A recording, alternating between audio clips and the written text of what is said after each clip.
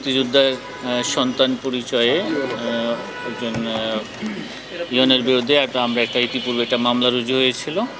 প্রকৃত পিতামাতার পরিচয় নির্ধারণে ডিএনএ টেস্টের বিষয়ে সিদ্ধান্ত গৃহীত হয়েছে। বাবার পরিচয় জালিয়াতির অভিযোগে চাঁপাইনবাবগঞ্জের নাচল উপজেলা নির্বাহী কর্মকর্তা মোহাম্মদ কামাল হোসেনের ডিএনএ পরীক্ষা করতে যাচ্ছে দুর্নীতি দমন কমিশন।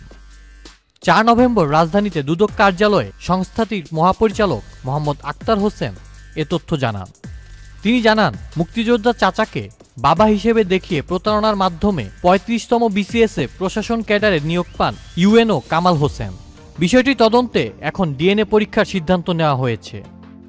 আসামি মোহাম্মদ কামাল হোসেন তিনি বিসিএস প্রশাসন ক্যাডারের 35 ব্যাচের একজন কর্মকর্তা। তিনি সরকারের একজন সিনিয়র সহকারী সচিব পদমর্যাদার কর্মকর্তা ছিলেন। ইতিপূর্বে তিনি উপজেলা নির্বাহী অফিসার নাচল চাঁপাইগঞ্জ হিসাবে কর্মরত আছেন বর্তমানে। ইতিপূর্বে তিনি সাবেক সিনিয়র সহকারী কমিশনার জেলা প্রশাসকের কার্যালয় মাগুরা এবং উপজেলা নির্বাহী অফিসার আত্রাই জেলা নওগাঁতে কর্মরত ছিলেন। বর্তমানে তিনি উপজেলা নির্বাহী অফিসার নাচল চাঁপাইনবাবগঞ্জে কর্মরত আছেন। 26/12/2024 তারিখে মামলা রুজু করা হয়েছিল। উক্ত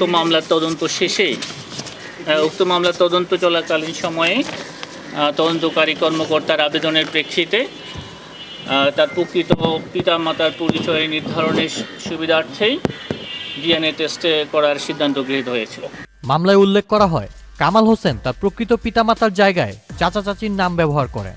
এই জাল পরিচয়ে তিনি বিশ্ববিদ্যালয়ে মুক্তিযোদ্ধা কোটায় ভর্তি হন এবং পরবর্তীতে 35তম বিসিএস পরীক্ষায় অংশ নিয়ে প্রশাসন ক্যাডারে নিয়োগ লাভ করেন।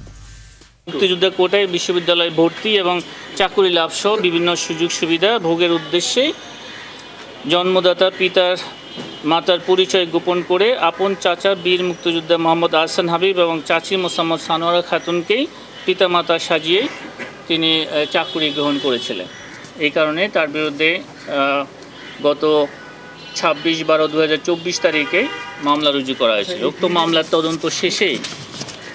মামলার তদন্ত চলাকালীন সময়ে তদন্তকারী কর্মকর্তার আবেদনের প্রেক্ষিতে তার প্রকৃত পিতামাতার পরিচয় নির্ধারণের সুবিধার্থেই ডিএনএ টেস্টে করার সিদ্ধান্ত গৃহীত হয়েছিল। প্রতারণার মাধ্যমে পিতৃ পরিচয় পরিবর্তনের অভিযোগ প্রমাণে তদন্তকারী কর্মকর্তার আবেদনের প্রেক্ষিতে ডিএনএ টেস্টের উদ্যোগ নিয়েছে দুদক।